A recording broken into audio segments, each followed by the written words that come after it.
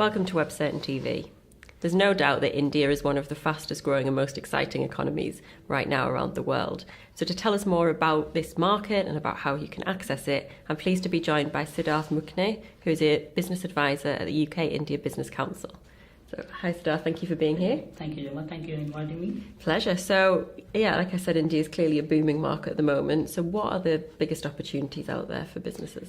There are a number of opportunities actually, because at the moment India has so much things happening in India at the moment that there's opportunities in each and every sectors. By saying that the key sectors which are has more prospects in India, like skill and education, digital innovation, pharmaceutical, infrastructure. So the various sectors have the demand in Indian market, considering that India is such a huge market. So there's opportunity for each and every sector. And what are the kind of best ways for businesses who maybe are thinking about India, but they're not already doing business there, but they're in one of these sectors and they think there's an opportunity? What's the best way for them to test the market a bit and find out how they can get started? Absolutely. That's where we are, UK India Business Councils, supporting the businesses, UK businesses, to understand the market first. Because India is such a diversified market, before even thinking about Indian market, need to understand how the market is for their particular product. And then we help them to understand the market and finding out the right people or right partner or right distributor for them. So first step of thinking going to India is to understand the market first. Yeah, absolutely. So of course that's important for your specific sector, but it also goes for whichever sector you're in, is understanding kind of the culture Absolutely. And the way that people do business. So what are the most important cultural factors for overseas businesses to think about when it comes to India? There are many, as I said, that there are 29 states in India, and the 29 states like 29 countries. Yeah. So just like you are entering to Europe and you decide where you want to go. So India is a similar thing, because each state is so different to others. Language, the difference in the language, business culture, the requirement, tax structure. So the one model, if you go for one model for a particular state, it may not be applicable for another state. So they need to understand the complication, how the market is, before thinking about the Indian market. Yeah, so that is obviously quite a challenge when you don't know the area and understanding which is better, and that's why of course research is very important before you get started. Yeah, any country actually, even though you're thinking of for any country, the research is important, but for India is 10 times more important.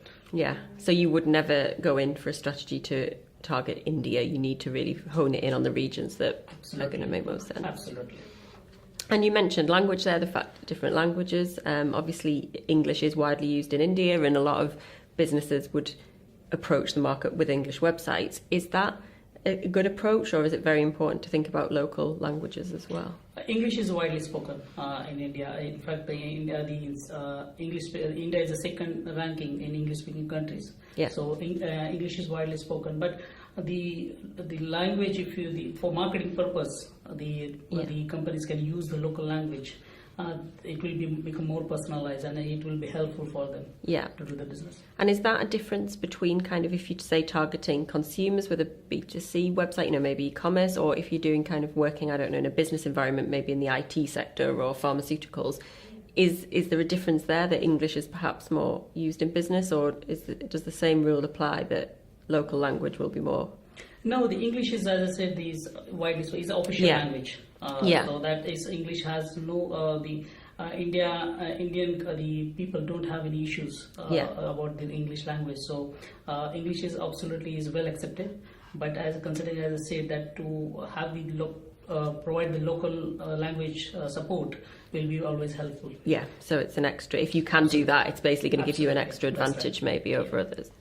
And we have to talk a little bit about online when we're talking about India, because again, I say it's one of the markets where we're seeing huge kind of, the internet penetration is dramatically improving. So what are the kind of key online trends happening in India right now?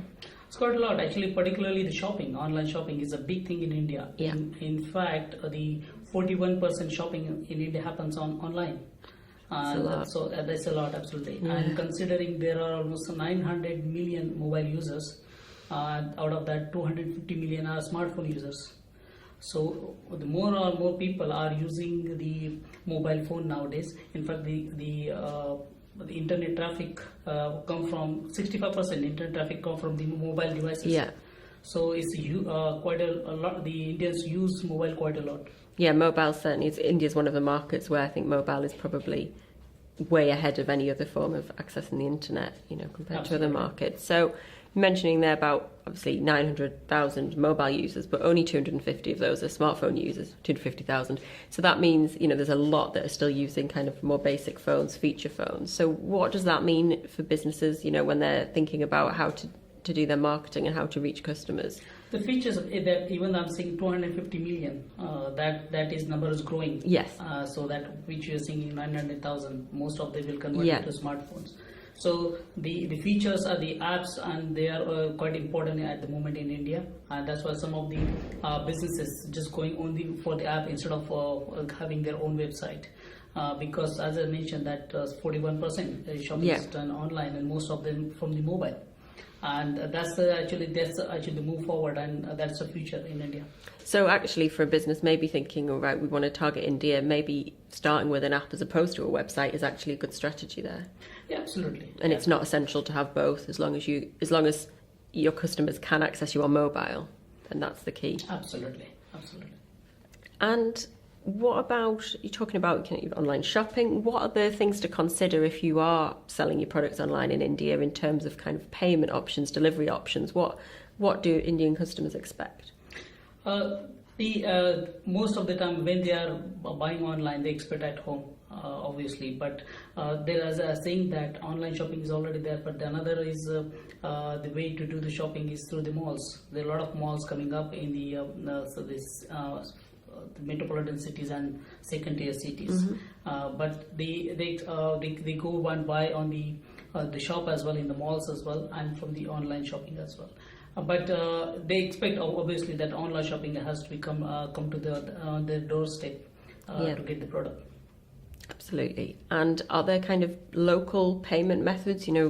Is it Visa and MasterCard, or are there other kind of payment methods that really you need to make sure you accept in order to be able to take payments? Yeah, there are MasterCards, Visa, in fact American Express. All the cards are there. Yeah. And plus the international cards, even their banks, Indian banks are also there. So cards are in regular use, like what we are doing here. Yeah. Similar So there's no challenge there No, not compared at to all. some markets.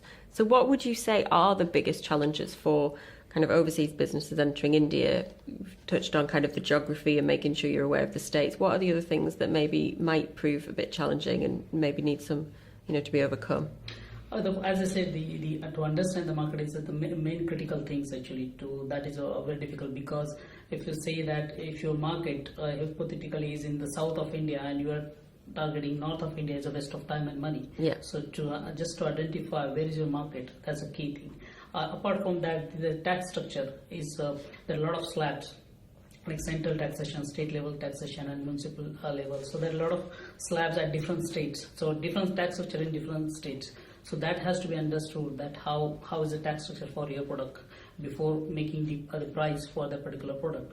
So that is a challenging, but hopefully that problem will be resolved by next year, because the new government is planning to introduce goods and service tax, which will abolish all the indirect taxation, and then it will be the regime for whole India. Okay, so make it much more simple for those businesses. And what about kind of how Indian consumers and Indian internet users perceive foreign brands? Is that something that is exciting to them? Is it something that they're looking for, new brands coming into the market, or are they more inclined to go with local brands that they know? No, actually, they are very much looking for the imported brands.